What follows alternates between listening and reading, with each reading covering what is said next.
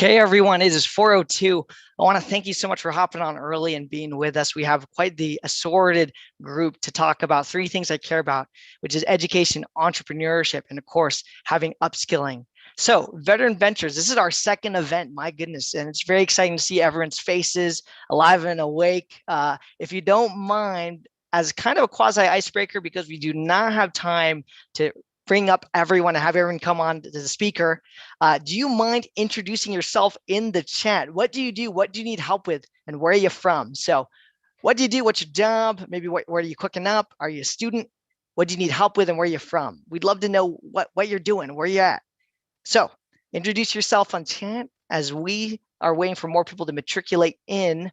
The other thing is you'll have the ability to change your name. Make sure it's PG-13 at least. PG and below, maybe, to change your name. So you'll look at some people's names on the call. You'll have the ability to change it and maybe mention something you need, your LinkedIn, even your tag for your Twitter, whatever you want. Just make sure that if you have an ask, if you're looking for something here, we want to be aware of it. So we already have some people bring up that they're from ASU, Veteran Ventures, from BBB, from Revelry, even GoDaddy. Just simply rename yourself in the corner and then go from there. So where are you from and what are you looking forward to? All right, so one of my favorite quotes comes from Kurt Vonnegut. My grandpa was a World War II veteran. Kurt Vonnegut was a World War II veteran as well. And I'm not sure if any of you veteran feels the same way that Kurt has, but there's no order in the world around us. We must adapt ourselves to the requirements, to chaos instead. I'm not sure if 2020 and 2021 felt that way, but what comes to mind is that there is adaptation. There's that quote that I've heard from military folks is that we make do. And with this, of course, we just want to encourage you that these are ways for you to adapt to the chaos around us. And sometimes it's controlled chaos. Sometimes there's a lot of opportunities for us to engage in ways that really is for channeling chaos to those opportunities our way.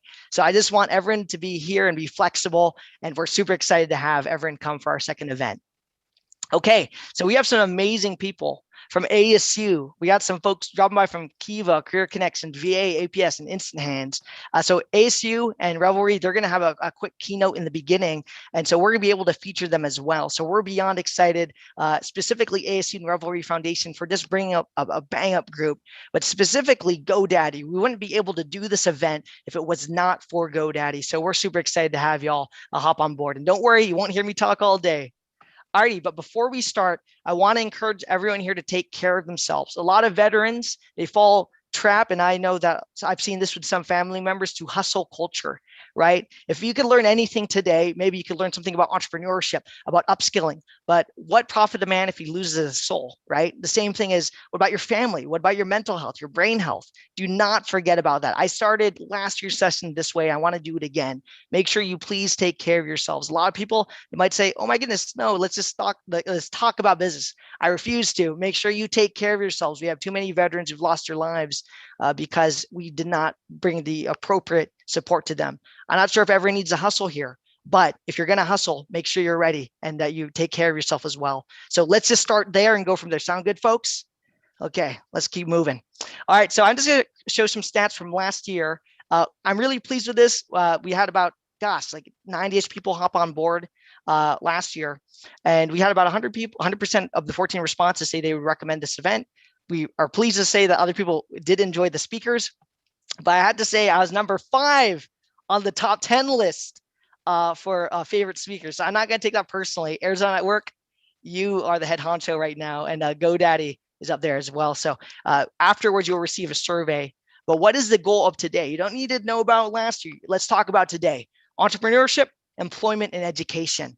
You're going to have an opportunity to drop into 2 of these 3 sessions, And I like to call it our E3. So none of those gaming nerds, please don't sue me. I put in quotes, but entrepreneurship, employment, education.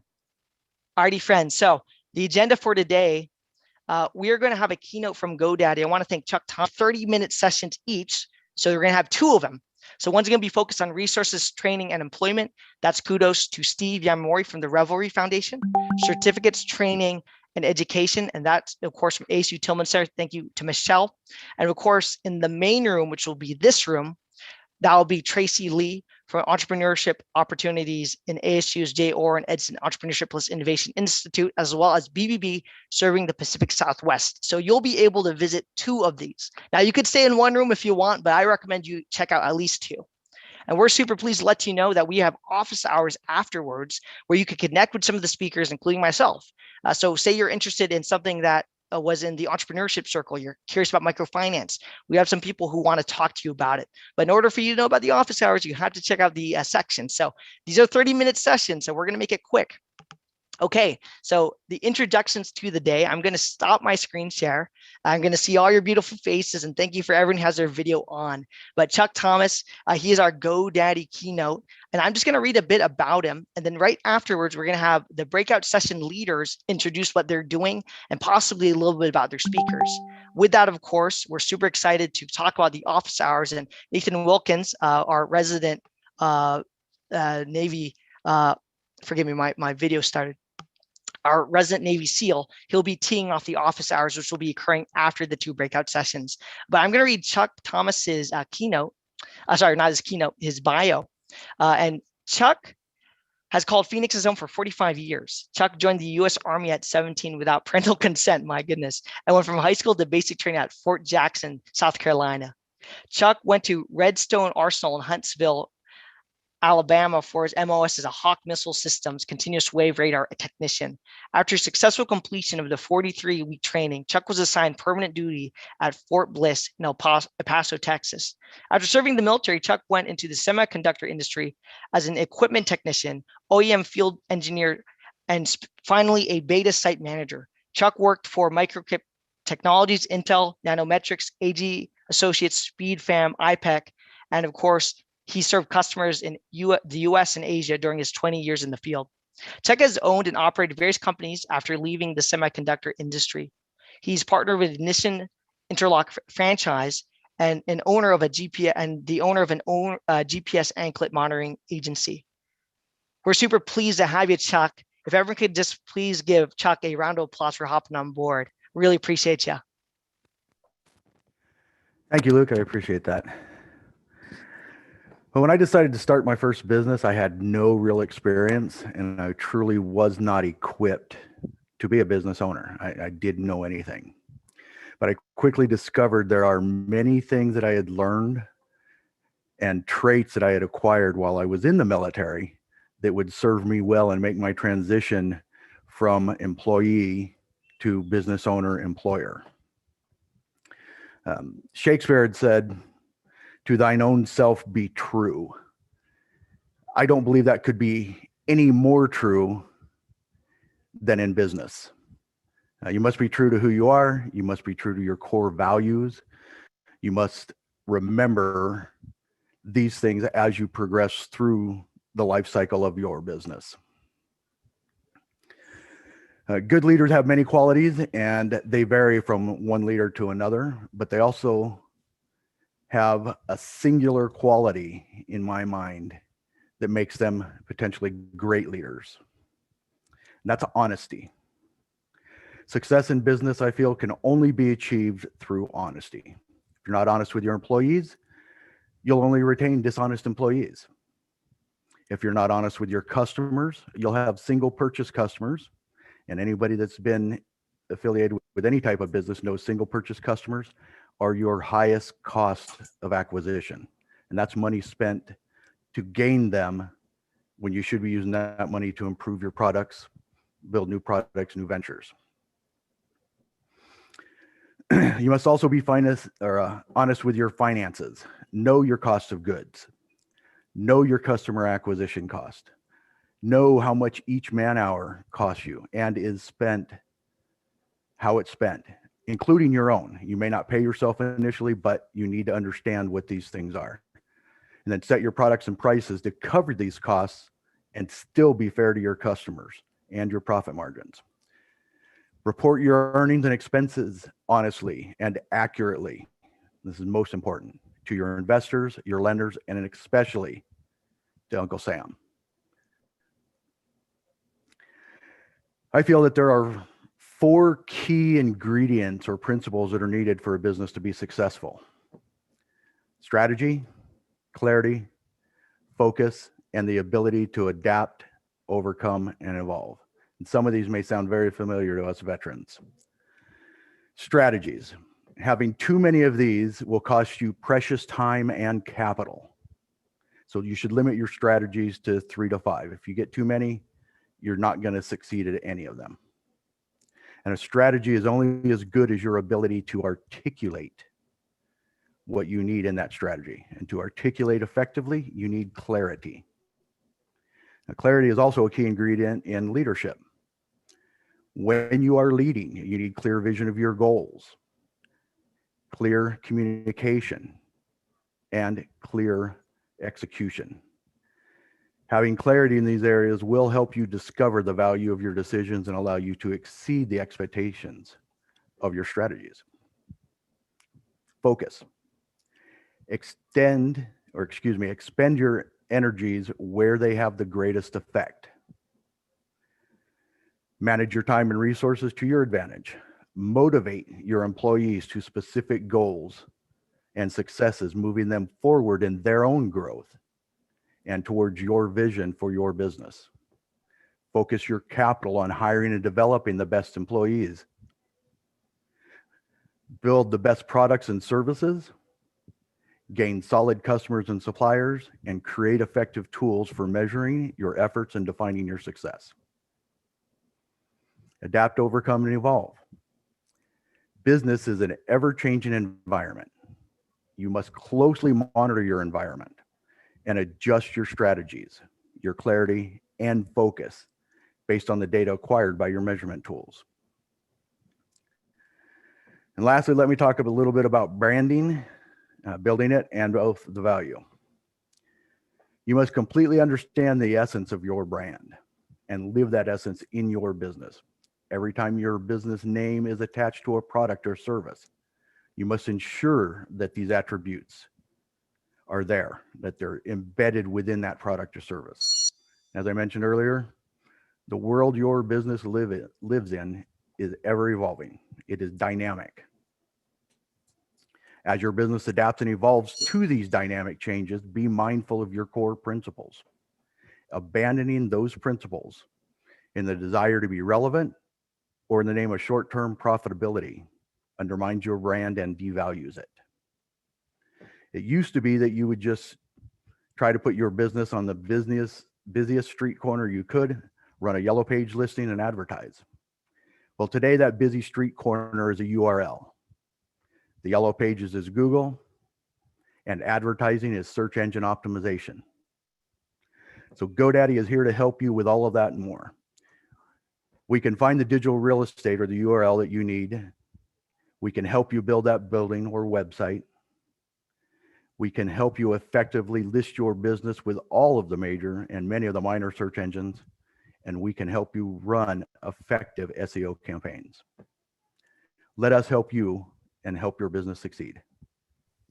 Thank you, Chuck. Thank you.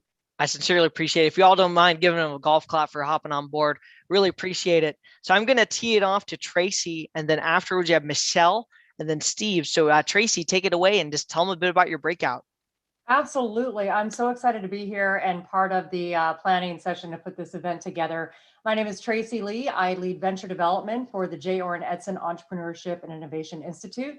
One of our programs, Venture Devils, so we have over 760 ventures in all stages of development. We have a program called Venture Vets that support our veteran entrepreneurs, also active component, reserve component, military spouse. And I myself am a Navy reservist. I'm really excited to see so many from San Diego in the chat. I'm cross-assigned currently to VR-57 in North Island, California, and can't wait to get back out there, hopefully this summer, to work with my squadron out there. But 11 years coming up this May, and have a really unique perspective on both sides of the house, of the civilian side and the military side, to really understand the unique opportunities that the military skill sets gives you all to position you to thrive in entrepreneurship and your entrepreneurial endeavors. And I am so excited. Yes, NASNY. Yes, thank you, Jason. I'm so excited to welcome on my panel, the first entrepreneurship panel, Chief Strategy Officer Adam Evans from Instant Hands, who is just an outstanding individual and has such a wonderful story on identifying pain points in entrepreneurship. My colleague at Edson E&I, Kristen Slice, who leads our Peoria Forward project. She has an amazing relationships in the West Valley in particular, really embedded with a lot of the veteran activities in the West Valley and of course across our community. And Luke from Better Business Bureau is going to be rounding out the panel. So very excited to be here and hopefully you'll join our panel as well. Awesome. And we're super excited to also feature, and we're pleased to let everyone know because the news article came out that Jose from Kiva is going to be dropping by our panel as well. So super excited to have you. We are able to release that now. Alrighty, so I'm going to pass it off to Michelle. Michelle, are you good to go? Yep. Wow. That breakout session sounds really exciting. You all probably going to be more interested in going to that one, but I am Michelle Laposky. I work at the Pat Tillman Veteran Center at ASU. I represent, a strong number of folks who you'll see on the panel, really servicing all those who go to ASU. Our numbers are just over 10,400 military affiliated students. But if the education track is something that you're interested in, I know that you're on here for entrepreneurial, but we have a top-notch school called WP Carey. So if there are classes that you're interested in, or you just want to see what it's like to go to college and see what that journey might look like, please come to our breakout session. With me will be folks from the Veterans Upward Bound, Julia and Dante, and then we have some phenomenal admission specialists, Amy and Joe, who will be on there with us. And so I myself am an Army veteran. I served 4 years, all of it at Fort Hood, Texas. That's a whole different story. But yes, hopefully you can come and attend our session. So if you have questions about using your benefits or how you can continue on your education, whether it's your bachelor's, master's, or PhD, we do have the experts in that session. So please join us. Thank you, Luke. Michelle, thank you so much. Steve, you are good to go. I'm going to spotlight there. Great job. Hey, good afternoon, everybody. Welcome. Thank you for your service. We've got a great lineup here. We've got 3 great breakout sessions, but I'm Steve Yamamori. I'm the president of the Reverely Foundation, and we are a holistic nonprofit organization that helps any transitioning military veteran or spouse. We understand that the transition out of the military can be difficult. I've never talked to a veteran that has not shared a hard story about difficulty in transition. So we have case managers, we call them success coach, and we will do holistic assessments of where you are with your entire life. And then we'll build the community resources and build a success plan for you to get you to where you want to be, no matter where you're at. So in our breakout session, we've got great folks from the VA, from Arizona at Work, from the Army, National Guard, Republic Services, Career Connectors. So we really want to take a look at holistically where you're at and how we can get you from point A to whatever you deem is a success in your life. So Luke, thank you very much. No worries. Thank you so much, Steve. So as you know, you're going to be able to drop by 2 of these 3 sessions. So we're super excited for you to engage with that. And after you drop by those 2 30-minute sessions totaling the 60-minute mark, we have optional office hours. We're actually going to, voluntold is everyone's favorite military word, right? No? Okay. Maybe it's the butter bar in me. But we are pleased to let you know that we have some amazing individuals who will be staying afterwards, who will be able to interact with you for any questions you have. So I'm going to be featuring one of the individuals who's leading these sessions. Nate, I'm going to spotlight you. You should be good to go. All right. Well, thanks for highlighting me, Luke. And I'm really excited to do this. Just to give some of my experience, I separated about 2 years ago, and a lot of my experience is relevant to if you're in the transition mode, or even if you're in building your business, or you've gotten transitioned off. As a leadership council member in National Small Business Association, this whole year has really taken a toll on small business. And I saw it in 2019 when I worked at the House Energy and Commerce Committee, how small businesses were suffering to larger players. And my transition from active duty at the end of 2018 to DC, from San Diego to DC, I got thrown into the policy shop, and it was the largest committee dealing with commerce across the U.S. So I really got a fire hose of information, and then I came back to run as a congressional member, and didn't go as planned, but that's okay. determined that would be a way I could serve. And I found that a lot of the information that I had gained, I took that and I decided to work in independent consulting. I worked with the National Lab and saw a lot of similar themes around the military. So I'm excited to stay afterwards and discuss through long form conversations. We can really help you refine your approach, whether that's coming out of the military or your current business. So looking forward to it. Thank you so much, Nate. So we wanted to add the office hours because last time we had so much resources and so little time in our 30-minute breakout sessions. It's just frankly not enough. So we're super excited for any speaker who's been able to stick with us past the 6 o'clock hour. Okay, can you see my screen? Okay, lovely. Give me a thumbs up if you can. It's not my creepy background. Okay, so there will be two 30-minute breakout sessions. If you want to stay in the entrepreneurship room, do not leave, just stay here. But if you want to jump to Michelle or Steve's room, just simply join. In about 30-ish minutes from now, 30 to 35, depending on how we're tracking with time, I will be closing the breakout rooms and I'll be reopening them. And then you could simply pick where you want to go. So just know I'll be here to help you in the main room. In the rare case, Kristen was great letting us know some people might have an older version of Zoom. If you are having an issue jumping into one of the breakout rooms, just ping me in the chat. Just let me know in the chat, and I'll put you there manually. So just know, join one of the three rooms. You'll have to pick two of them, and then we'll close it in about 30 minutes. And I'll be right here if you have any questions. And if you ever get stuck, just let me know. Some Zoom tips, be sure to use the chat function. We don't have a lot of time and we want to make sure that everyone's able to interact. So use the chat function, use the reaction function. If you have some BBB employees to show people what it means to you put the heart or the applause, just use the reaction functions. And of course, in some of the rooms, you'll have the ability to use different speaker views. So if in the case that you don't like how it looks, you could rearrange in some cases. Of course, it depends on Zoom. So just so you have these options to interact and have best practice. So this is a tip I was debating on leaving, but I decided to leave it. If you are in a breakout room and for some reason you found yourself in the wrong one or you want to leave, you have the ability to leave the room and then leave the breakout room. Do not press leave meeting. But in the rare case that you get locked out, just jump on board with the same link that you did to get back inside. We'll just have to approve you once again. One thing to note, so this is Mac and this is Windows. When I open up the breakout rooms, you'll be able to click a button and jump in. If you are unable, just ping me in chat and I will put you in the room manually. Just let me know. Another thing is ensure that your mute is on. We don't want to hear any rants in the background, but the video, we'd love to have it on. We'd love to see your faces and your reactions in the breakout rooms as well.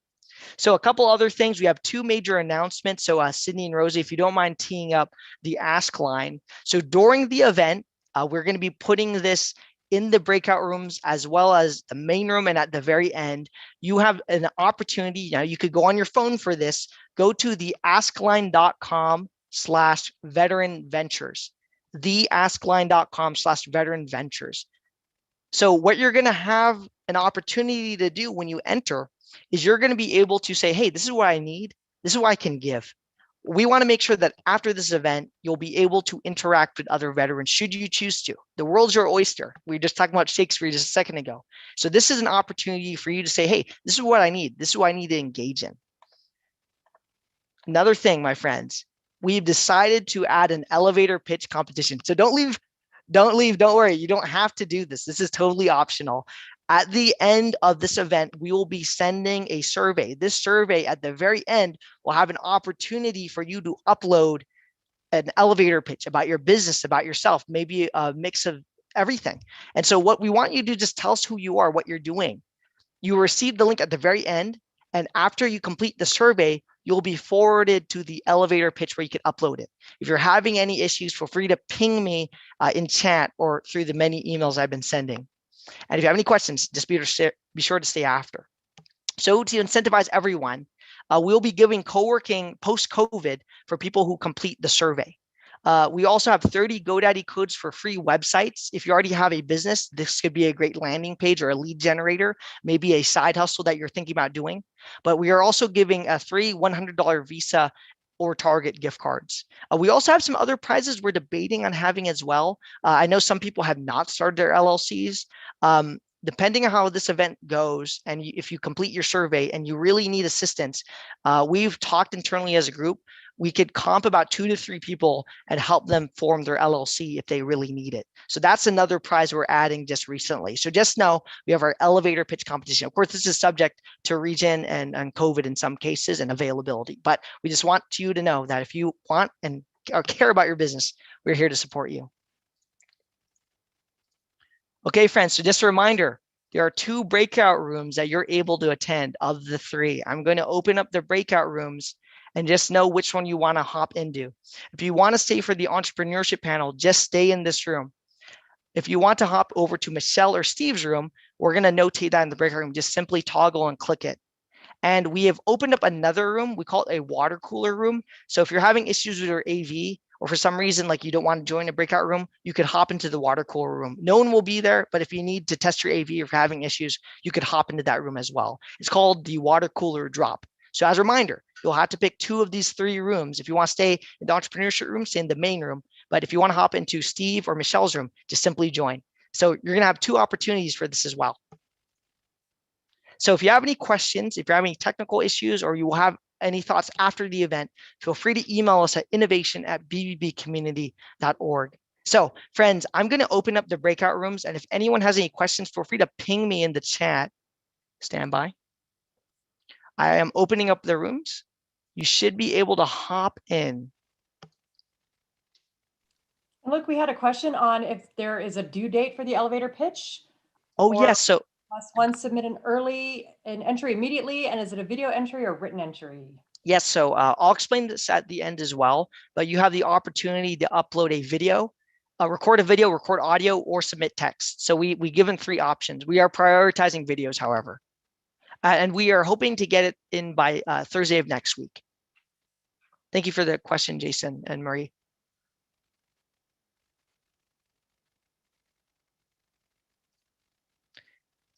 Alrighty, before we start this breakout session, if you have any questions or you're having trouble jumping into your breakout room, please let me know. I know we had some people with issues earlier. Okay, Tom is able to join. Okay, wonderful. If you have any questions in regards to jumping into a room, be sure to ping me in chat. But otherwise, Tracy, you could take it away. All right. Thank you so much for being a part of our entrepreneurship panel today. We're looking forward to a great discussion. Again, Tracy Lee from ASU, J. Orrin Edson Entrepreneurship and Innovation Institute. My fellow panelists are Kristen Slice, my colleague from ASU. Also, Adam Evans, who is the Chief Strategy Officer of Instant Hands, and I'll have everybody introduce themselves, and of course, Luke. And the whole goal of this panel is to really talk you through what resources exist for you, or if you're thinking about, I have an idea, how do I get it going? What does that look like? To understanding community resources that are available to you and hearing from entrepreneurs on how they really took a pain point, which is at the heart of entrepreneurship. How do you alleviate a pain point? How do you solve problems? How do you look at the world a little bit differently and to be able to respond to that? So I know Adam's got a really outstanding story that he's going to share about how Instant Hands came into being. And most importantly too, it also is, you know, really assisting service members. So I love that aspect of it too. So to get started, I would love our panelists to introduce themselves, give a background, and then we'll start the discussion. Adam, take it away. Welcome. So happy to have you on board. Hi, thank you so much. It's a pleasure to be here. I loved watching these intro videos, and you know me, so I've already got my links out to LinkedIn, trying to connect to everybody in the room while I've got you here. And of course, please, everybody in the room, please, you know, send those invitations and connect with me on LinkedIn as well. I'll add that link later. But very quickly, my name is Adam Evans. I'm a professor of entrepreneurship for the University of Kentucky. My family is active duty out here just west of Phoenix, Arizona. And so we are stationed at Luke Air Force Base. We've been here about 2 years. This will be our 3rd incredibly hot summer, up and coming in a couple of weeks. And fortunately, I have a day job, and that is my 9 to 5, and it's being the Chief Strategy Officer for Instant Hands. So did you want me to do that? It was just an intro, right? We're kind of going through the panel first. Yeah, just an intro. And I also want to call out Jose Anca, who's going to be joining us in the second part of the entrepreneurship panel, which with Kiva. So we're excited to have Jose here as well. And then we're also going to be chatting with Craig Jordan from the SBA, if he's going to be, I see him right there. Kristen, please introduce yourself. Absolutely. Hello, everybody. My name is Kristen Slice. As Tracy mentioned, I'm one of her colleagues at the J. Orrin Edson Entrepreneurship and Innovation Institute at ASU. I work on our community entrepreneurship side, working with a partnership specifically called Peoria Forward. And our vision is to work with the city of Peoria to help bring entrepreneurial ecosystem in the West Valley to the next level. And so what that means is working with a variety of different resources, partners, helping people wayfind different solutions, all the way through to incubating and accelerating and working with great firms like InstaHands to find everything from funding, mentoring opportunities, connecting with interns, a variety of different resources, whatever entrepreneurs need to continue to accelerate and grow. So I'm excited because I know in the West Valley, veterans are a major part of our community out there and something that a lot of people are really passionate about. So I appreciate being here with all of you and thank you for your service. I look forward to discussing entrepreneurship with you. Awesome. Thank you so much, Kristen. Luke? Hello, friends. My voice is cracked, but I am here. I want to thank Tracy for leading this panel. Instant Hands, it's great seeing you. I keep hearing great things about what you're doing. Of course, Kristen is amazing. If you've ever been to one of our events, you got to drop by one of our events. I can't wait for COVID to die so you could drop by one of Kristen's events on the west side. I used to live near Glendale. My name is Luke Margo. I work for Better Business Bureau. We do a lot of business development. That's something that's been new for BBB. But another thing that I'm super excited to announce is we have an accelerator. We have an incubator that's a do-at-your-own. It's a MOOC, a massively online course. And we also have Kiva. So Jose's here. He's doing office hours at the very end as well, along with the other panel. So we're super excited. I'm super excited to be here. And number one, just tell you about some of the things we're cooking up and just ways for veterans to be involved. And super eager to hear any questions that y'all might have as well. And I want to allow Craig Jordan, SBA, to introduce himself. We'll be also asking him some questions as well. Oh, we can't hear you, Craig.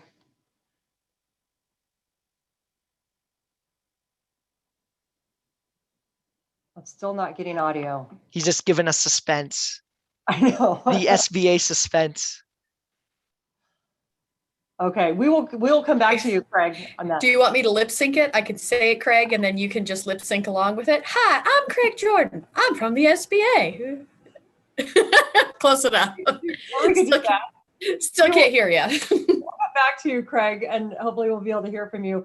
Adam, I want to get started with you because I connected with you a couple months ago, and from every meeting that we have, it's so joyful to speak with you, to learn from you, to talk with you, because not only are you just such an amazing human being and the energy you bring, but the story you have around Instant Hands, to me, punctuates really the heart of entrepreneurship. And as I mentioned, it also is in direct support of our service members. So talk us through really how that got started, how you got this going, and really how that parlays beautifully into entrepreneurship.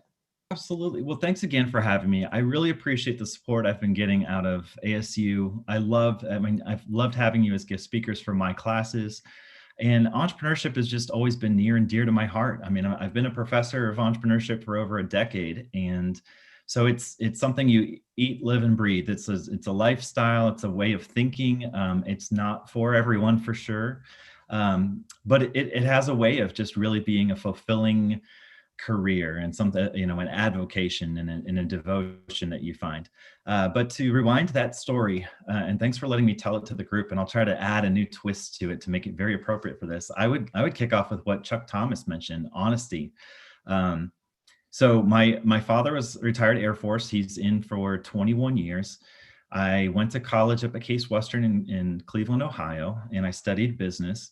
And I was set after 11 years of being like Harry Potter and in school forever. I graduated and became a professor of business. And I was all set in Lexington, Kentucky to finish my days just studying studying on my own, doing a lot of technology, that my background's in technology and using new technology for business, like virtual reality. So I loved that, and I love teaching. It's just such a passion. I love having students, keeping me young and teaching me all the new words and things like, the new social medias to use. So all of that happened, and my spouse got into the Air Force after 7 years of trying to get in. So after 7 years of recruitment, it finally happened. And it threw a major curveball into my life. All of a sudden, we get orders to come out to, it's exactly there. It's any armed branch for you. And so here we end up, Phoenix, Arizona. It's not expected, but it doesn't have to be unwelcome. But I get hit with the same issues my mom had 30 years ago, where I lost my job. Basically, they said to me, "You're a professor, but we don't have professors online," as they giggle in 2019 with very, very like heavy lack of foresight. So I basically said, all right, let's start anew. I came out here. I was looking at some of the colleges and universities for employment. We were used to being a 2-income home. So this was a big deal for my family. And a lot of the folks were just saying, it's a long time to do an interview process for a professor. So what are you going to do? Like, you're going to get hired and then leave us, because we're active duty and we basically have 3 years max in the Air Force as an officer. So serendipitously, I ran into Sam Salaya and his wife, Anna Marie, who are Arizona natives, and they had been playing around with an idea for an Angie's List for military families. And by that, I mean like an idea that everybody needs a little bit of help around the house, but what if we geared it, to a specific audience? And that's where I kind of rolled in, and I met them, and I was going to just help them out with the small jobs around people's homes until they found out that I actually had a background in entrepreneurship, that I loved it, that I had previously owned several businesses, and they said, "Hey, let's get you on board like as a staff member and see what we can do."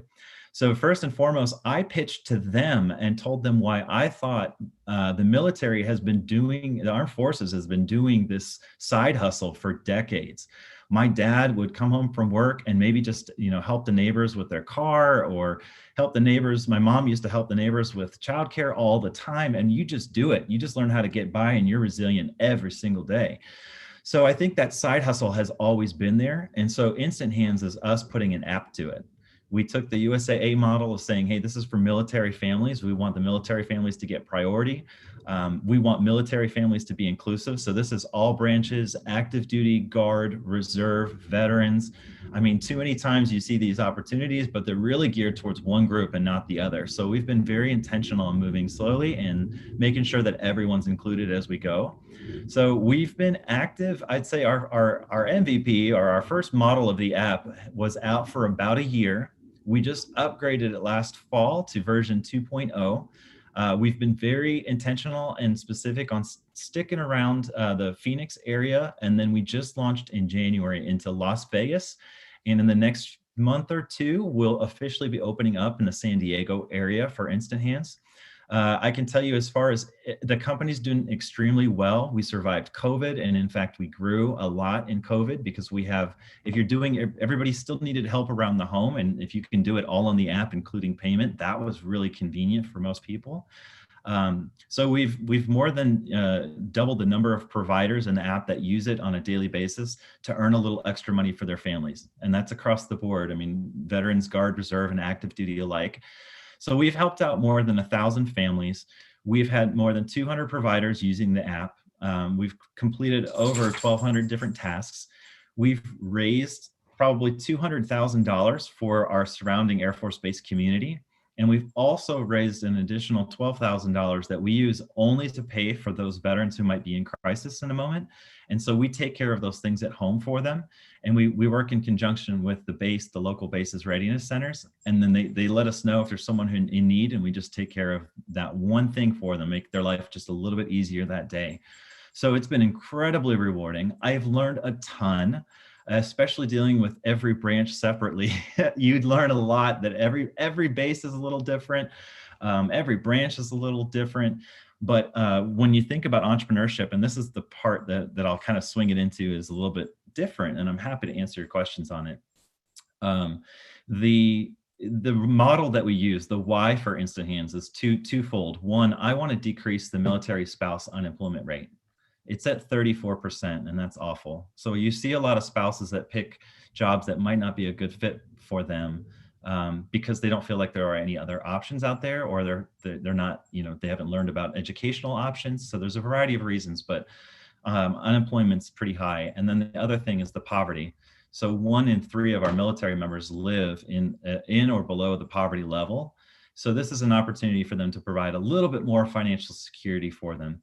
And I would say from an entrepreneurship standpoint, Instant Hands has turned into an opportunity for those providers, those hundreds of people that are using the skill sets they have. They choose their rates, they choose when they perform these tasks, they say yes or no to every task that comes across their desk, all the requests. So you learn by just being in the application itself what it's like to be an entrepreneur, because you're in business for yourself, but not by yourself. So as a provider, the active duty members or Guard, Reserve, and veterans are learning, if I set my prices too high, then the customer in my community might not use me. They might go with a different provider in the app. And it's still another military member, so it's a win-win, but you're learning about these little things that we have providers that leave a little flag when they're done, and the community members love it. So you're definitely learning about, entrepreneurship and the basics of business as you collaborate within the application itself.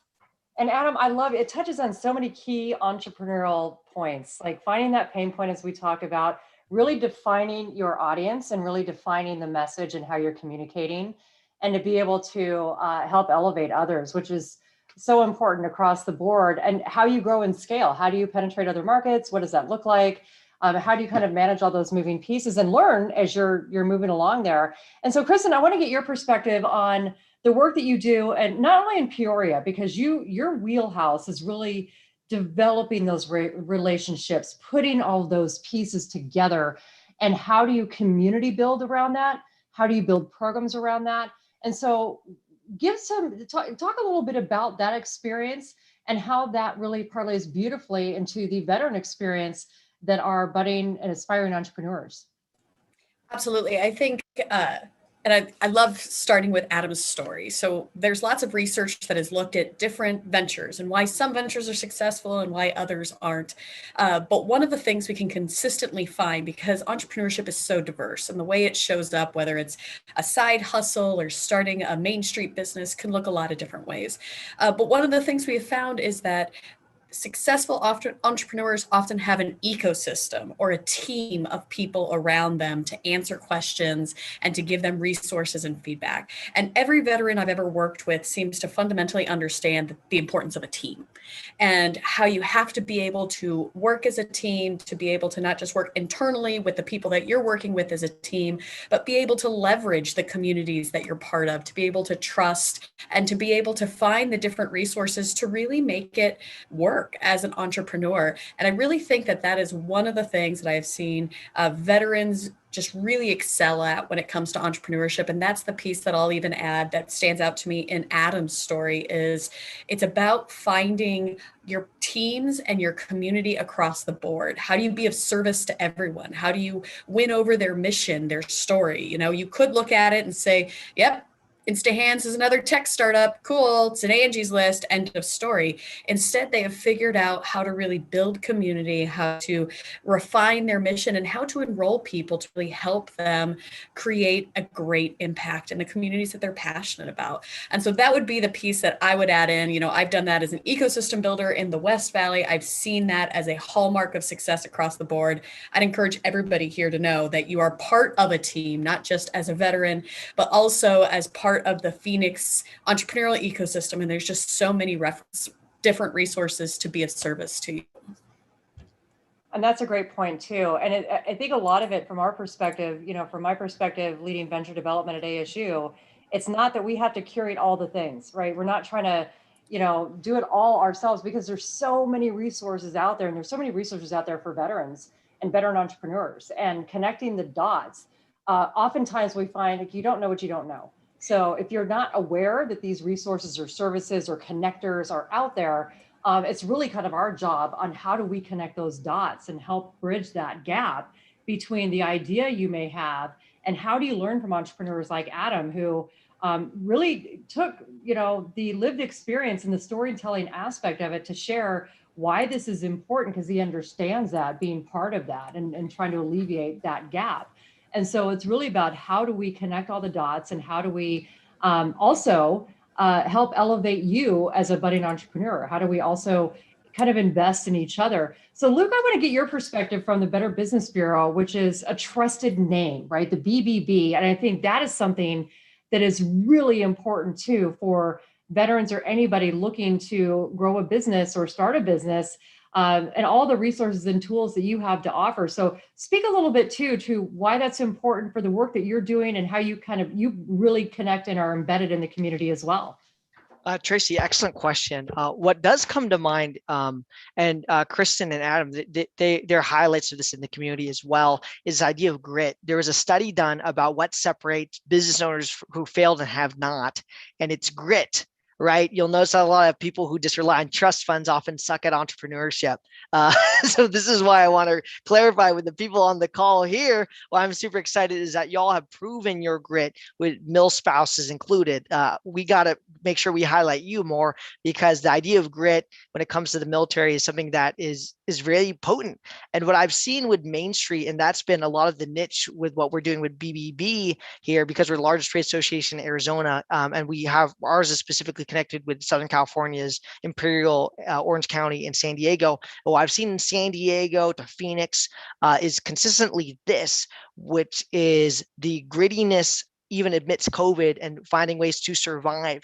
So if any entrepreneurs here, if you are kind of in that incubation, that starter route, continue to grow that grit ability and being willing to fail, and just remind yourself that you've been through a lot worse.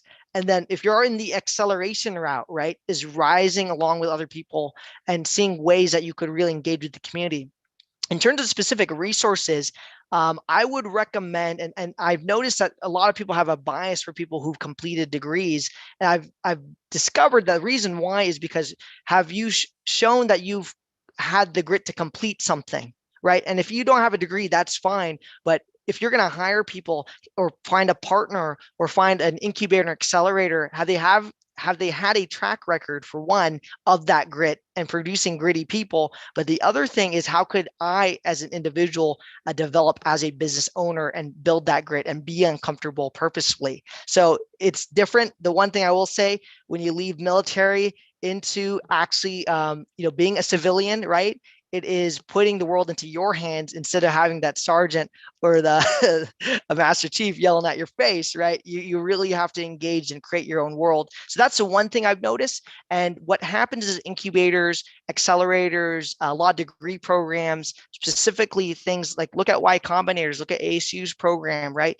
And see what you should strive for. Even if you don't do certain things, you'll be able to see what you want to replicate. So what I want you to know is know your niche, focus on grit, and know resources that could be a part of that blast radius of impact. So thank you, Tracy. Excellent question. Absolutely. And so we have about 9-10 minutes left before this portion of the panel concludes. So I want to get to, and hopefully Craig's audio is working. One of the things I think is really important to talk about, we know the skill, and as you pointed out, Luke, grit, we know with military skill sets, we know how to make do with less. We know how to stick to task. We know how to complete the mission. We know how to develop leadership, teamwork, and those really amazing skills that translate beautifully in the entrepreneurial world. But what I want to talk about too is we talked about all these resources in the community for you. A lot of times we don't feel like we know how to access them. And so we look at the SBA, Small Business Administration. Do you know, first of all, do you know they exist? Do you know why they exist? And do you know how to access them? And then we're going to talk each with our own respective programs, how to get access. Like if you want to tap into ASU, how do you do that? If you want to tap into the SBA, how do you do that? So Craig, I'd love to hear, first of all, what the SBA does, how people can access you all, and how easy really it is. How does the audio sound? Good, you're here, yes. Like government systems, I had to restart my computer. Apparently it wanted me to do an update that I didn't know about between the time we tested my mic about 30 minutes ago.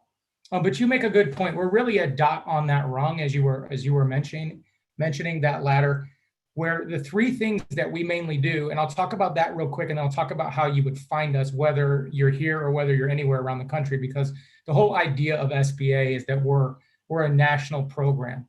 All of our programs are accessible in the United States and its contiguous territories. So the first main thing is we provide grant dollars to a bunch of different organizations that help you do, your business research, everything from A to Z. And you've got a bunch of partners here that do that similar type of research to help you with the entrepreneurial mindset, all the way to kicking around an idea, figuring out whether it's feasible or not, then all the way to actually becoming a mature business and making very definable financial decisions about your future. All those things are important in the life cycle of a business, whether you're just starting from literal scratch to you're actually running a going concern and trying to figure out how to make it more efficient. And so we have a couple organizations that we do that with.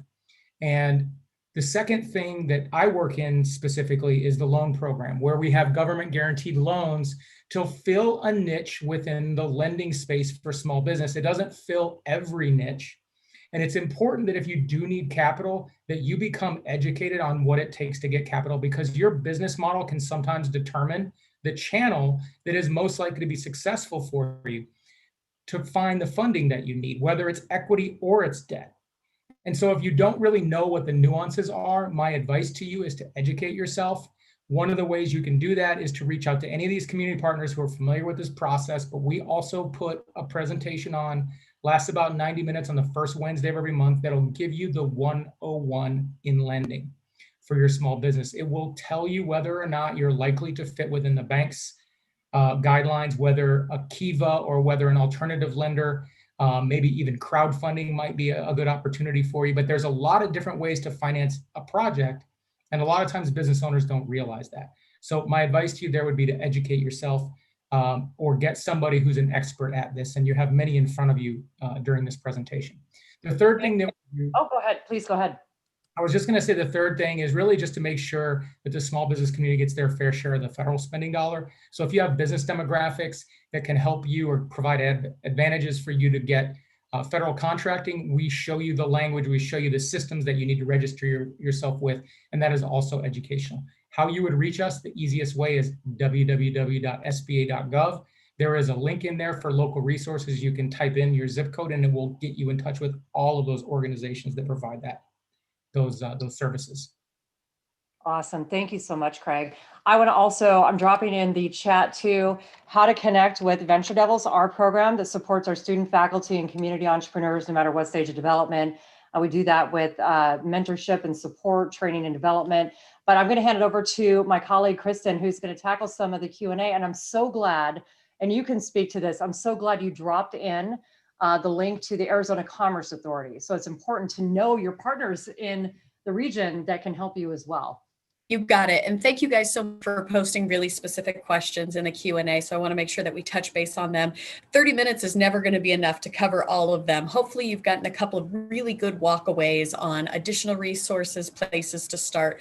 Know that a piece of Tracy and I's job is to help with wayfinding. So if you have questions on this, if you're not sure what to begin with, starting with even that first question that was posted, how do I fund my business? The short answer of what you've heard here today is there's a lot of different ways, whether that's working with Kiva and the new BBB program or getting an SBA loan. There's lots of options that are out there. Connecting with somebody to help you navigate that is really important. Researching all the different ways that it could look, because a lot of people will instantly jump to, oh, I just need to find an investor. Well, I just need to find a unicorn, but there are certain things that just don't exist out there depending on the type of business that you are. And so we always try to be really grounded and help you research all of the different options that are out there. But the second key question I want to make sure that we hit on is the difference between starting a business and buying a business. And I think this is such a great question because it really does illustrate the idea there's thousands of different ways, millions of different ways for entrepreneurship to look. We often talk about identifying a problem and building your own, but there are lots of great businesses that already exist out there. Working the business broker. One of my favorite ways to start entrepreneurship, and I think Adam can attest to this, find somebody who's already doing great work. As veterans, you know how to work as a team. It doesn't have to look like you coming up with an idea for the next greatest app. To be of service, you can go out and find amazing entrepreneurs. We've got so many brilliant things happening across this valley. Connect with them and see if you're interested in joining or purchasing an existing business. So there are lots of different ways, lots of resources, getting grounded in your vision, understanding your resources, and then finding the right team members to help you navigate that journey are hopefully a couple of walkaway points that you can take away with you today. Awesome. Thank you so much, Kristen. And final words, I know we have just a couple minutes left. So Adam, I want to have you leave, what would you say to somebody that's looking to start a business? Please give some final pieces of advice. Oh my gosh, I literally just typed it, but I can't say more than after 10 years, do your homework. And by that, I mean due diligence is by and large the most important thing you could possibly do for your business. I literally said this to my class last night. If you come to me and say, oh, there's nothing like me in the market, I don't have any competitors, you're dead in the water, because clearly you have not done your homework. So it's called due diligence in the business world, but it basically means do your homework. And that is the most important advice I could give to anyone starting a business. Learn everything you can about your customer, learn everything you can about yourself going in. Understanding yourself is extremely important, and then realize you're never alone. So networks and events like this remind even me, after decades of working with networks, how important it is to have such a strong network and people that honestly care. And we do this because we care. So you're never alone in this. Feel free to reach out to me and anyone else in the room, because it can be challenging and you'll feel frustrated, but that's why you build the network before you go in, so you have them to rely on. And speaking to military members, I know you get this. So carry that forward with you, and just know that you're there and you've got this. This is an exciting time, and it can be a lot of fun. Thank you so much, Adam. And I appreciate the point on know your competition, know the market. And if you say, as Luke pointed out, if you don't have competitors, think about, and we have people that do that all the time. This is the first, what are they doing to solve the problem right now?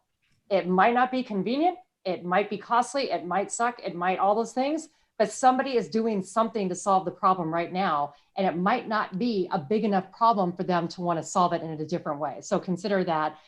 Luke, any parting thoughts on the panel before we have, I think, 1-2 minutes?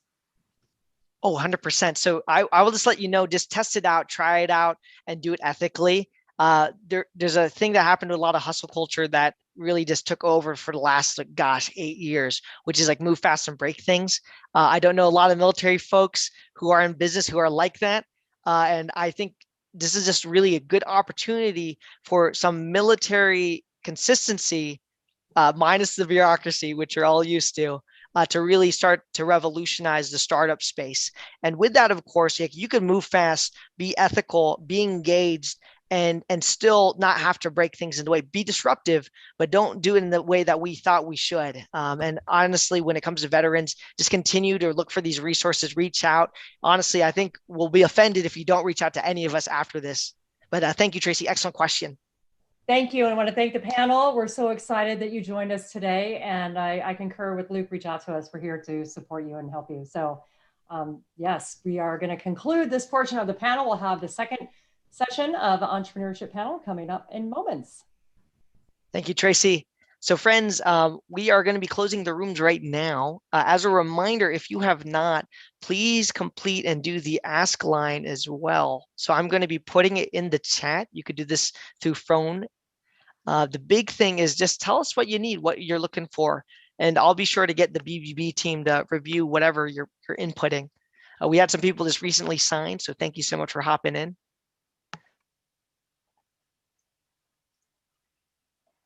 Okay, so we got a good 20 seconds before the rooms are finally shut down.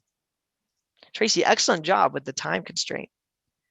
Between the military, my past life in radio, I'm going to hit that mark if it's talking over a song or, yeah. Adam, thank you so much.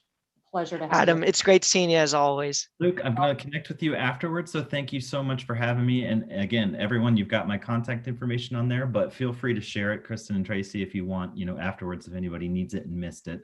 And Albert, I was telling you, my car next, that looks pretty sharp and shiny. Yeah. Bye, everyone. Thank you so Bye. much. Thank Have a you. good day. I got to get to class. Nice, running and gunning. Okay, friends. it. So if you are on this call, I just recently closed the breakout rooms. We are officially heading to our second breakout room. So if you are already a part of our main room here, feel free to hop into another room. Of course, some people are remixing content, but if you haven't been to another room, we encourage you to jump on board. Okay, friends, I'm going to be opening up all the rooms. If you have any issues, just be sure to put in chat and I'll manually put you in there. And after this, we're going to have office hours and a couple keywords. So thank you, friends. I'm going to be opening up the room now, and just hop into the room you want to be in if you haven't been in it. We have Steve's room dedicated to resources. Of course, Michelle's room dedicated to ASU's Pat Tillman Center.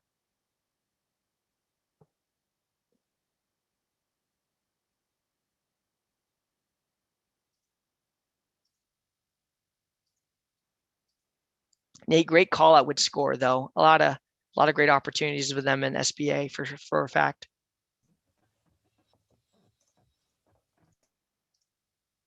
Okay, friends, if y'all don't mind having your video on, give me a thumbs up if y'all are meaning to be here, even if you have to use the emoticon. Okay, wonderful. Thank you. I'm gonna stand by real quick.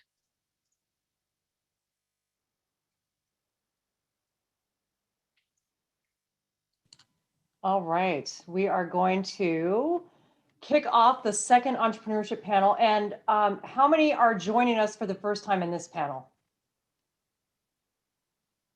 Okay, we've got a couple folks. So for those of you who are continuing with us, we can continue as an extension of this. We'll give kind of a high-level overview of what each of us do. And of course, we're happy to welcome Jose Anca from Kiva, who's going to talk about that piece, who didn't speak in the first session. So that's going to be a value add on this one, and excited to hear from Jose. We'll hear again from Craig and myself, Kristen and Luke. And for this panel, for those of you who are continuing with us, absolutely, ask some more questions. We're excited to dive deeper into this and continue that discussion. So I am going to kick it off. Tracy Lee, Edson E&I, which is short for J. Orrin Edson Entrepreneurship and Innovation Institute. I lead venture development, which means providing support for our ventures, no matter what stage of development, anything from ideation into in revenue and looking to scale, all sorts of different industries. And so we are excited to be able to support our active military, reserve component, mil spouse, veterans in our programs. Our next application deadline, by the way, is coming up, I believe, in May. It's a free program as well, and I will drop in the link for that. But I'd like to introduce my colleague, Kristen Slice, who I work with, who does a wonderful job in the West Valley supporting all sorts of entrepreneurial activity, but her wheelhouse and her expertise is really diving deep into relationships, knowing how to build community, knowing how to wayfind, knowing how to build programs and support and really collect resources in a grand way. So Kristen, I'll let you take it away from here. Sure. And so hi, Roseanne, how are you? I haven't seen you in a while. So it's good to see you. And I was giving Luke hell in the chat because there is something that's very funny about having someone be like, I'll push you in the next room. Like, could you imagine being like, I need you to pick up my chair and carry me into the next room because I don't know how to navigate it. That whenever I see things in a virtual environment and think like, if we were doing this in real life, how preposterous that would sound. So for those of you, I'm excited. Looks like we have a lot of similar faces. So I'm excited to dive a little deeper. The piece I'll add on top of it is I'm an entrepreneur myself. So I have worked extensively in marketing, had a marketing firm that I started here in Phoenix that we ended up selling. I've worked as an SBDC counselor. So another great resource that is available across all of Arizona as a partner of the SBA. And then I worked as a consultant working with incubation firms across incubators across the country on their inclusive practices. So I've got a couple of different hats, and I'm excited now to be working as part of the J. Orrin Edson team out in the West Valley. Excellent. Luke, we will let you do another round of introductions or Excellent. continue the conversation. Wonderful. So I'm super glad to be here. If you heard me spiel last time and in the beginning, don't worry, I won't be talking as much this time. I'm very pleased to announce the amazing Jose Anca. We like to call him Senator Anca, kind of make fun of him when he was being in DC.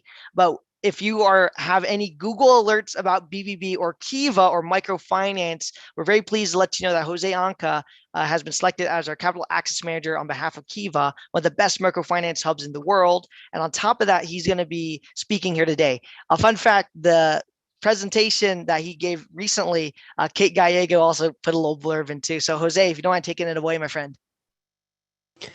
Hello, everyone. Thank you, Luke, so much for the introduction. As Luke mentioned, I am the Capital Access Manager here for the Phoenix Kiva Hub.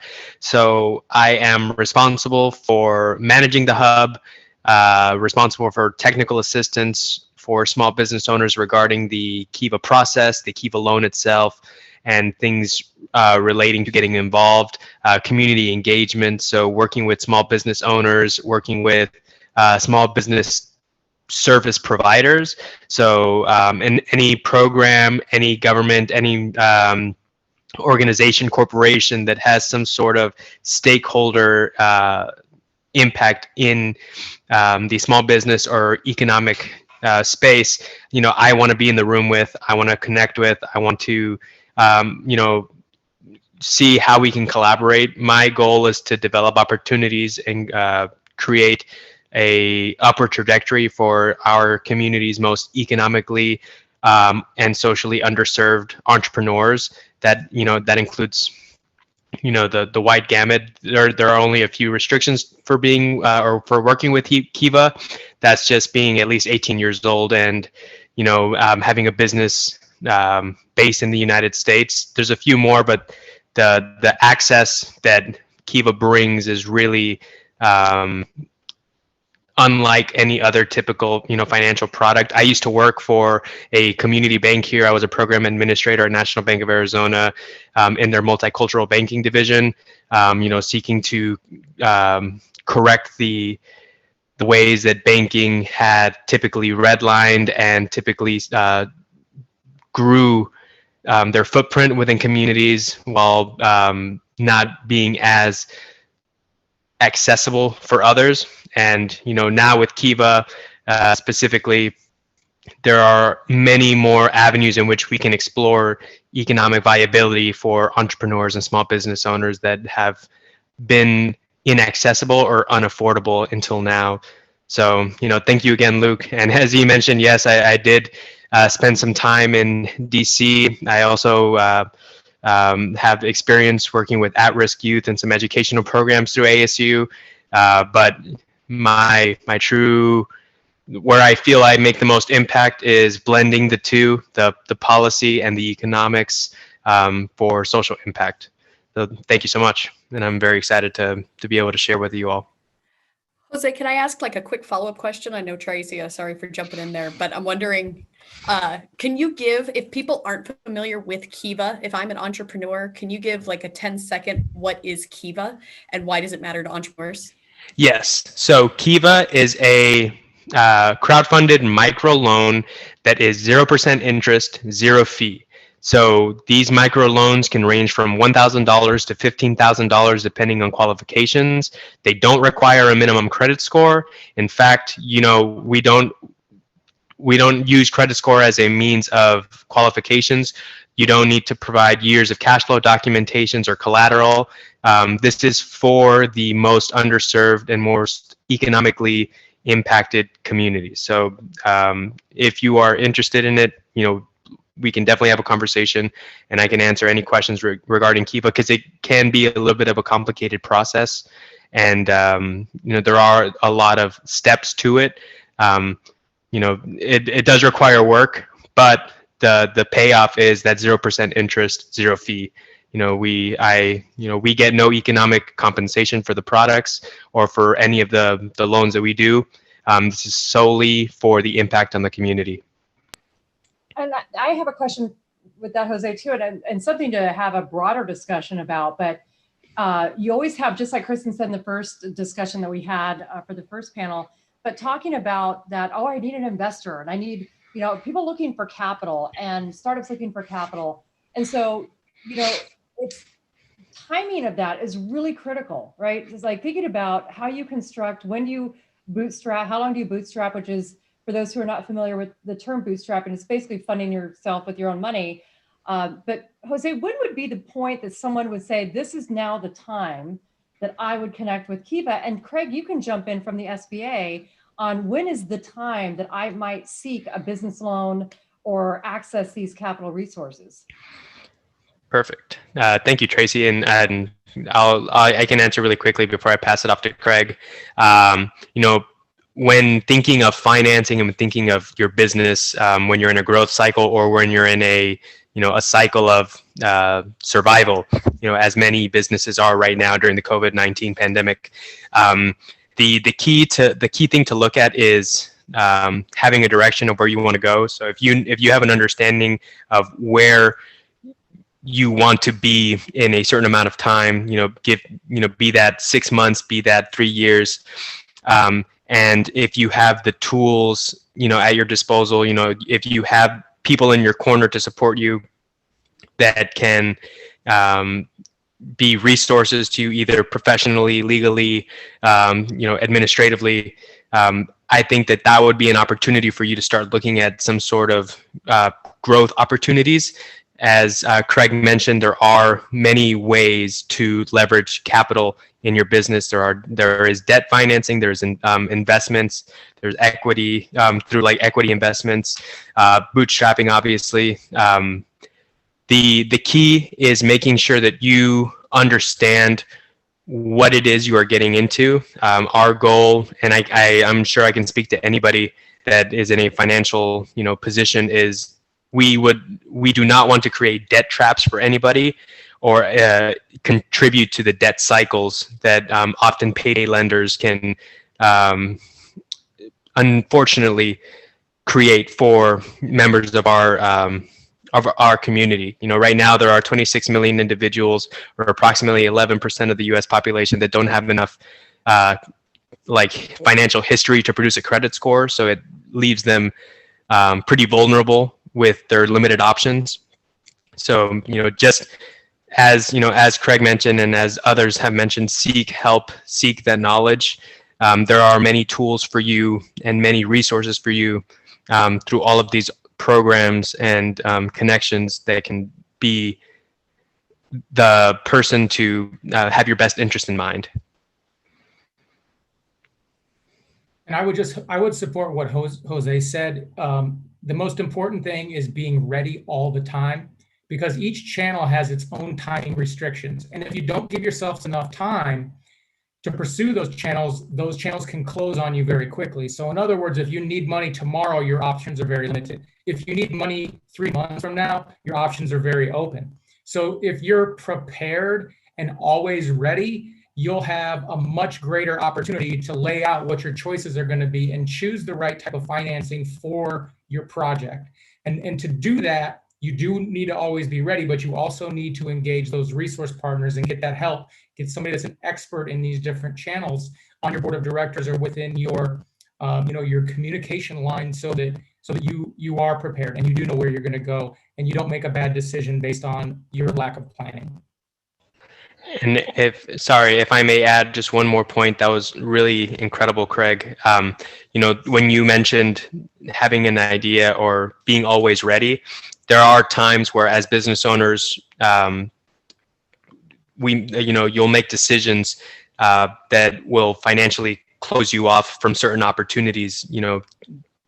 One example is the way that you limit your tax exposure. So if you want to reduce your tax exposure, that'll be great in the short term so that you can make more income or have more cash on hand. However, when it comes to seeking lending, a bank will look at that and say, you don't have the cash flow necessary in order to meet the requirements for repayment.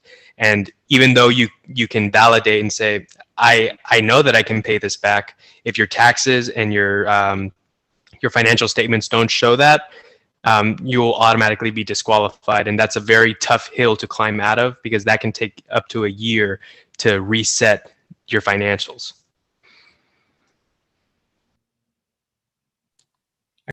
That's a great point. Basically it's, and where do you go to get that advice? I think that's another equally important component, because there's a lot of predatory activity out there, not just for startups or for small business, but there's just a lot of kind of buyer beware out there. So Luke, what would be your advice to those, like where, of course, Better Business Bureau, of course, any one of our programs, but what would be your advice too, and other ways to connect with resources? Yes. One thing that bankers do to us all the time is, hey, show us your proof of concept and your revenue. Ask them the same questions like, hey, who have you been invested in, who you've been connected with, and see their track record too. If they get to ask us these questions, we get to ask them these questions. I'm looking at CDFIs too, right? Like look at CDFIs in the neighborhood, credit unions, shop around, SBA, incredible loans there. But also know your stage and be honest. I hate to say I did this yesterday, but it's, trying to get a loan is very much akin to, dating. When you look desperate, no one wants to give you a loan. But if you're doing well, that's the time to ask for credit. When the economy is doing well and you're doing well, that's the opportunity for credit. Now, I got to plug BBB. Be sure to check out Better Business Bureau and look at their ratings, see what people are doing, and ask any individuals, get some intel about what they liked and what they didn't like about it. So basically ask them questions that they've asked you, just formulate it slightly differently. Look at BBB, look at other reviews, and see if they have a good track record. Another thing, of course, look if you could just do a pre-sales via Kickstarter. The classic route that's been evolving is you got a pre-sale, you use Kickstarter, you go to Kiva, you look at SBA loans, you get bank loans, angel investment, then venture capital. Now you could jump around at times, but generally that's what's recommended. So I just want to let you know there's a lot of options. You could mix and match, but you just cannot run away from good practice, because at the end of the day, that's how you're going to get the best loans, is by being a good business. And Luke, you bring up a great point too. If even checking a company on BBB, I do that all the time. If I'm going to hire a service provider, if I need something done around the house, the first go-to is BBB. So that's again, a trusted brand to be able to seek out these things. And Kristen, I want to ask you, because again, we get this all the time on somebody thinking they're ready for external investment, equity investment, meaning they want investors to join. They think it's kind of sexy, like I'm going to have investors that are going to, invest. So what is your advice on, because a lot of people think that's a necessary step, and that's not necessarily the case, for one, but what is your advice on that equity investment vehicle and that community as a whole? Sure. Yeah, I'll echo Luke's sentiment, right? Which is, I think he said something really critical there. We've thrown a ton of resources out there. We've talked about different funding options, and the same kind of applies to investors. You have to be honest about where your venture is at. You have to be aware of the entire entrepreneurial process, right? And I think a lot of people will watch Shark Tank and they'll be like, see, they're a startup. No, those are $1 million companies. Listen to the devils in the details on that, right? They're at $1 million in sales and they're now looking to scale up, right? So know that there's a lot of different steps in the entrepreneurial process. There's a lot of different types of businesses. And it's just being honest about where you're at, knowing that there's a diversity of resources that are out there. And then the same thing for resources, investors, or banks. Shop around. Be honest about where you're at, listen to people, connect, and it never hurts. Ask somebody else. Like, that's my number one question I ask. Who are 3 other entrepreneurs that you work with, right? Whether that's a mentor or resource. And it really gets back to one of the key things for me that I think that we said too, is an entrepreneur's resource. And Chuck said this so well. The greatest resource you have is time. If you spend hours, and I've seen especially brilliant high growth startups and mom and pop businesses kill themselves spending 2 years out there trying to fundraise. If I just found the right investor, I just got to find that one person. And instead, if they would have focused on getting an MVP together, building a client base, testing it out and iterating, they would have had the customer base to cover what that investor would have done, and they would have had a sustainable business. So just be aware, there's a lot of myths out there about entrepreneurship. I think it's about being realistic on where are you at in the entrepreneurial journey. And most of the time, if you are, under 2 years in business and not making $1 million, then an investor isn't going to be a great fit. That doesn't mean that there isn't amazing resources. And along that journey, you're going to connect with all of those, whether they're on the funding side or on the mentor side. Take a keen eye to it, decide what works for you and what works for your vision as an entrepreneur.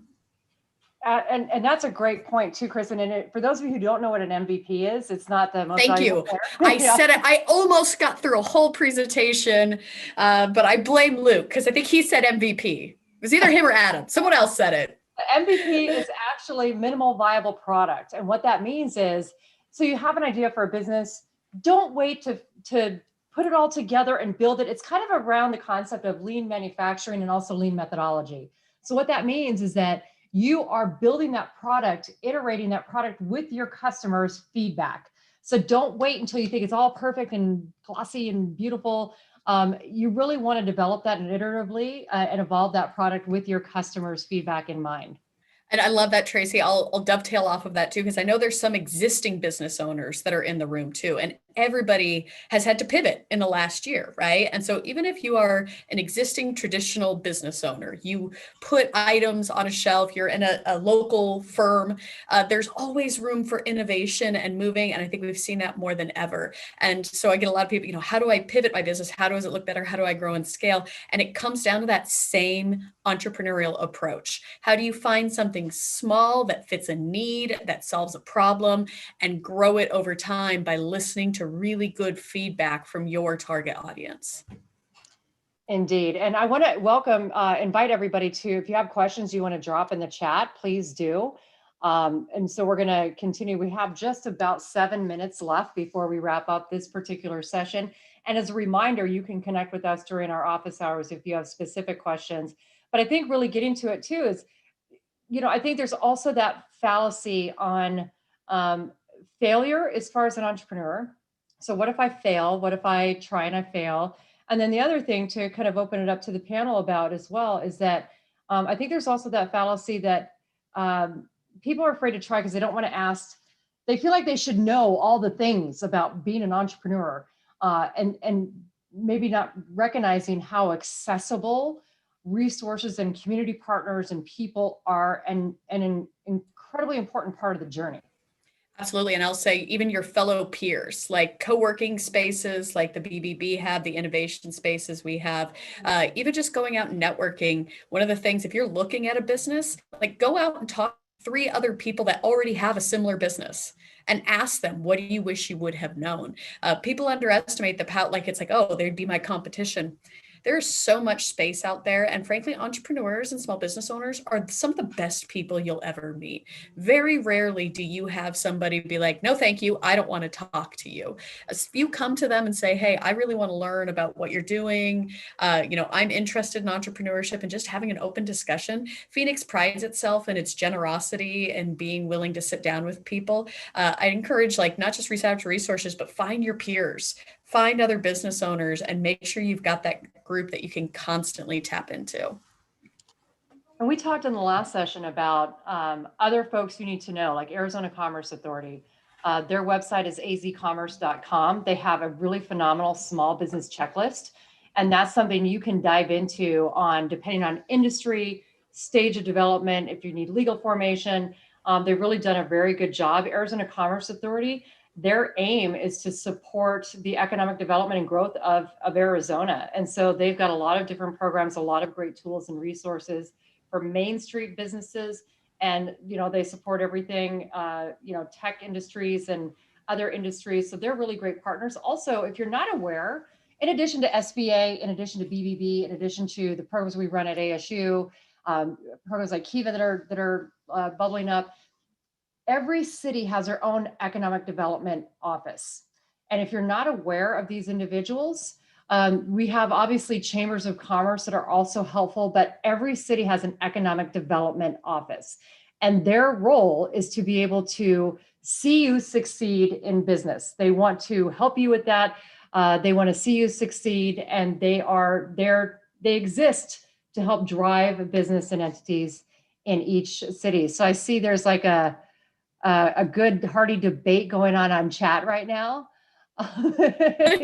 If by hearty debate you mean picking a fight with Luke, then yes, that is a hearty debate that is going on. I was just commenting to your point, there's so many resources that are out there that me and Luke are thinking about having a resource link off. I don't know what that means, but just go back and forth. And I still think I might win. I got a long one, Luke. I work with a lot of different ventures in the West Valley, so we might have to do that sometime. West Side, right? I'm just getting the visual, and I'm trying to kind of square that up here. But yeah, I was thinking too. So we used to have like lip sync battles with the entrepreneurial community in Phoenix, and with COVID, I think the resource link battle is going to be appropriate for this day and time. But I think it's important to just illustrate, though, that there are resources. They exist to see you do well.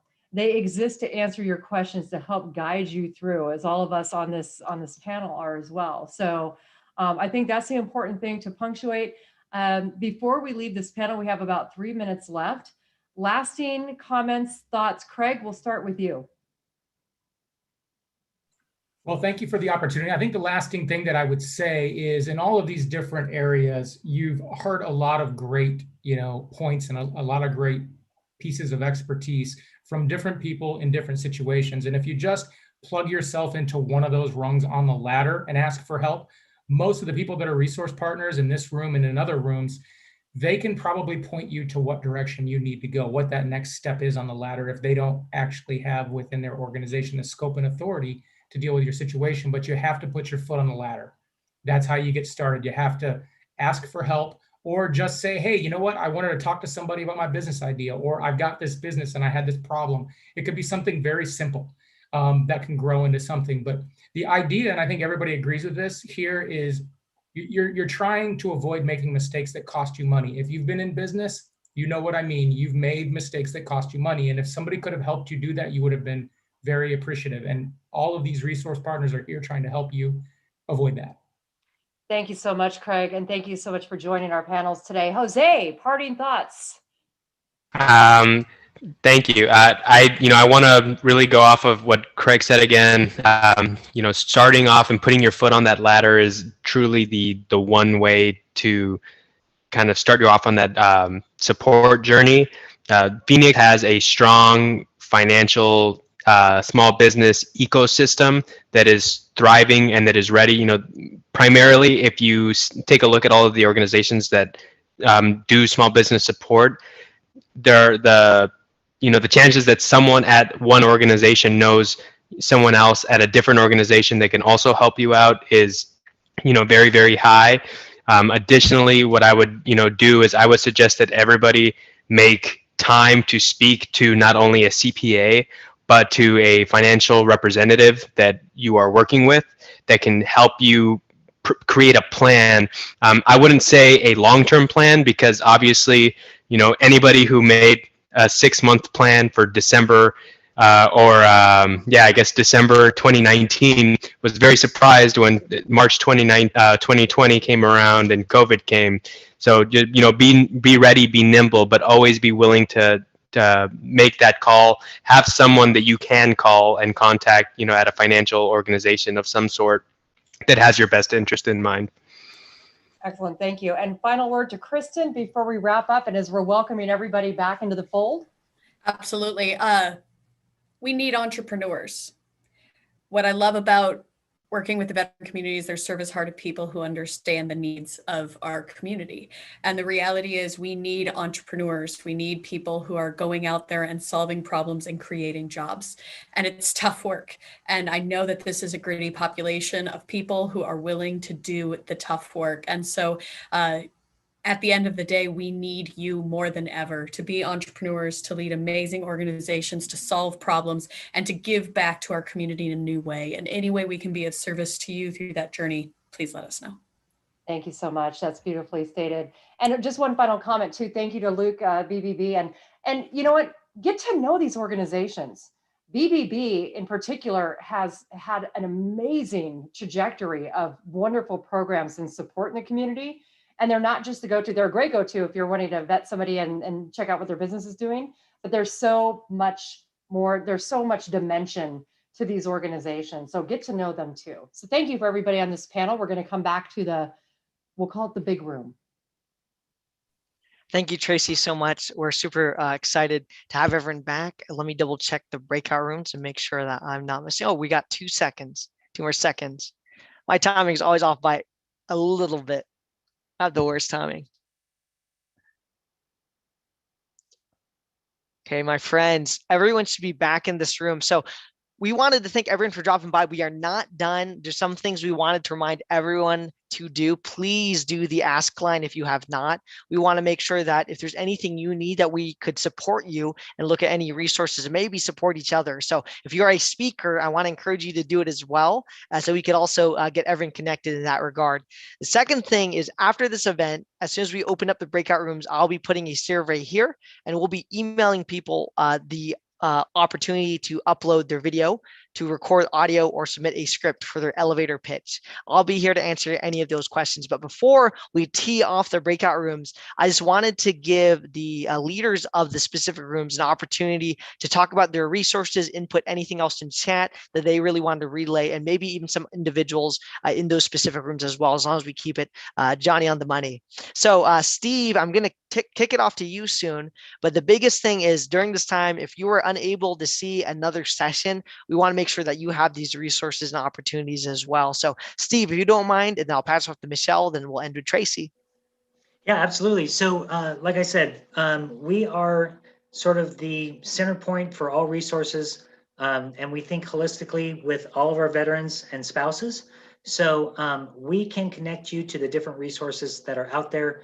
And no matter where you're looking to go in your life to be more successful, if you're willing to put in a little bit of work, we're willing to walk with you all along the way to make sure that you are successful. So join me and my breakout group if you've got any questions about holistic services. Thank you, Steve. And another thing, feel free to input any links so they could look at the things you're doing and cooking up here. I'm going to spotlight Michelle. Michelle, take it away. Thank you, Luke. So thank you for everyone who attended our breakout sessions on the education track. For those who missed out, we will have office hours. Joe Warhol, who is our recruitment specialist, and I and Danielle, our assistant military advocate, will be in the office. If you have any questions about benefits, about getting to college, whatever that looks like, I don't care where you're at as far as your education goes. If you want to know more information, come see us. And if you want to go to the school down south or the school up north, that's okay. We won't say anything or judge, but we'll definitely still help because it's from veteran to veteran. So thank you. And Kristen, actually, before I pass off to Tracy, is there anything you want to drop by for Westside? So, always, right? I feel like those who missed me and Luke's link battle earlier. So I will make sure to drop in links. We have a variety of community-facing programs, which are open to everybody in the room, coming up on funding options, as well as different resources like incubation, mentoring, and what those look like. So make sure to check them out. Of course, they're open and free to everybody, part of Peoria Forward, but all of West Valley and even the East Valley now, since we're mainly online. If you have any interest, make sure to check us out. And of course, I'm available if you're interested in doing some one-on-one wayfinding to find out how these resources really work for you. Please feel free to reach out to me. We can schedule a one-on-one meeting. Thank you so much. Actually, Tracy, before I jump to you, I want to highlight Craig and Jose. Actually, Jose, do you mind highlighting some resources you're working on? And Craig, if you're still on, we'd love to make sure we get some SBA information your way. But Jose, Kiva me up. Yeah, perfect. Everyone, if you want to connect with the Phoenix Kiva Hub, please go to kiva.bbbcommunity.org. I'll link that in the chat, or if someone else, if Luke, if you have the link ready. If not, you can also connect with me at jose.anca@bbbcommunity. I'll make sure to also post that in the chat as well. You know, we can talk about what your options are. You know, if you've been declined from traditional lending prior, or, you know, if Kiva might be the right fit for you, go over the program itself, and if necessary, also connect you to other technical assistance providers, you know, if you are outside of a specific zone. You know what I mean? So thank you again, everybody, and look forward to the office hours. Thank you so much. And Craig, are you on still? I want to make sure we highlight you as well for taking some of that SBA time. Yeah, thank you. And I put into the chat a couple of links that are important. One is how you find our resource partners in your local area. You can go to that link, the local assistance, type in your zip code, and it'll take you to all the organizations that will provide you the one-on-one counseling free or no cost. And that's SBDC, SCORE, the Veterans Business Outreach Center, and Women's Business Centers. We have numerous places you can go to get training and one-on-one consultation. And then our SBA.gov AZ address, That's good for if you want to sign up for any of the new pandemic aid or notifications.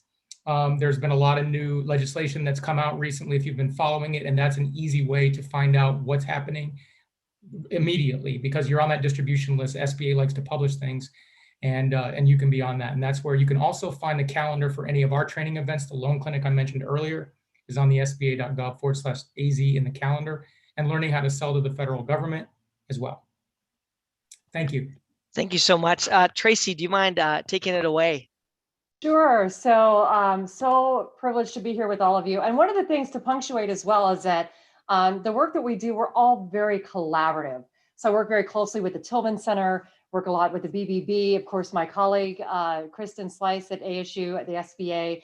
And that is really key to all of this, is all of us collaborating together, all of us working in tandem together, and how we can advance our community and those within it. And so I dropped a link in there, entrepreneurship.asu.edu. With that, you'll find not only the program that I lead, Venture Devils, which our next application cycle is going to be coming up for the spring session, but you can check out our calendar events. We've got a lot of different awesome opportunities for you to attend workshops. We've published those broadly, so take a look and see if there are opportunities that you can connect in with us and just see a lot of the other things that we have to offer. And just like my colleagues from these different awesome organizations, we're always here to help answer questions, to be able to provide you guidance and help be wayfinders for you. We do this together, and you know, we want to be in service to all of you as well. Thank you, Tracy. So friends, I'm going to highlight a couple things before we start the breakout rooms. So Veteran Ventures, you will receive this survey after the event. So after you complete the survey, at the very end, there will be an opportunity for you to submit, forgive me, that is a plug right there, for bbbempower.com. As soon as you submit your type form, you will be able to upload your elevator pitch. So this elevator pitch, I know you're thinking like, Luke, I'm not sure, I'm not ready, but you heard all these elevator pitches all day just a second ago, right? You'll have the opportunity after you listen to my quick greetings, everyone. Sorry, I know you're sick of me, to either upload a Thank you so much for coming to Veteran Ventures. Audio, or we are pleased that you had hopefully a good as well as a team. And then the winners will receive certain prizes that we mentioned in the beginning. So after you complete your survey, you'll have an opportunity to upload your video, your audio, or your text. The other thing, of course, is, and we're going to put this in the chat one more time, go to the askline.com/veteran ventures. If you're a speaker or you visited, we'll be putting this also on the survey as well. Please let us know ways we could support you, ways we could honor you. We want to make sure after this event, we could really go above and beyond. So pending any questions, that concludes my brief, but we're going to be jumping into the office hours. So anyone who wants to stick around, it's an open forum. And if you want a private conversation, I'll be able to put you in some rooms. But if we all could give our speakers and partners and all y'all for just hopping on board, just a round of applause. Thank you so much, everyone. Wonderful, wonderful. So do we have anyone here who's looking for a certain office hour? I know, Nate, do you want to kick us off for the office hours? I know you had to hop off for a quick second. Are you here? Yeah, I'm here. Yeah, so I will drop, and one thing that I think will be helpful to everybody is I'm going to drop the National Small Business Association's Small Business Congress from this year of all the regulatory technology, capital access issues, let's see, healthcare and labor and employment and taxation issues you can find on their website. I'll drop it down here. That will give you really good insight what's happening across the country for small businesses and to help you kind of navigate funding for this year. Yeah, so I'll do office hours, and if you want to start dropping questions in the chat, and if I could have some partners to go alongside if I can't answer any questions. Thank you, Nate. Really appreciate it. So I know we're down to 36 participants. I know we have a lot of speakers here. Is there anyone who has any questions for the speakers, any attendees? I want to make sure we honor everyone's time.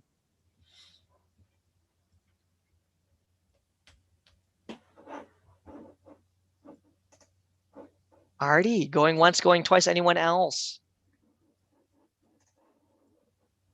All right, so no questions in terms of office hours.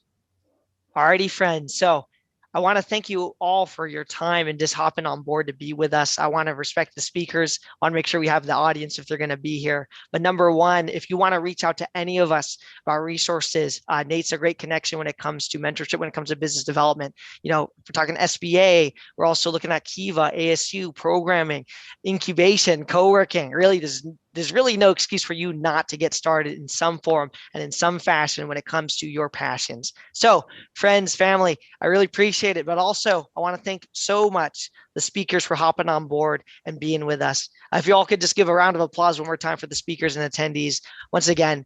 And also shout outs to everyone who helped us with planning. We got one more thing to do in the future come next week or a week and a half, which is grade the video pitches. So that's going to be a lot of fun. But once again, thank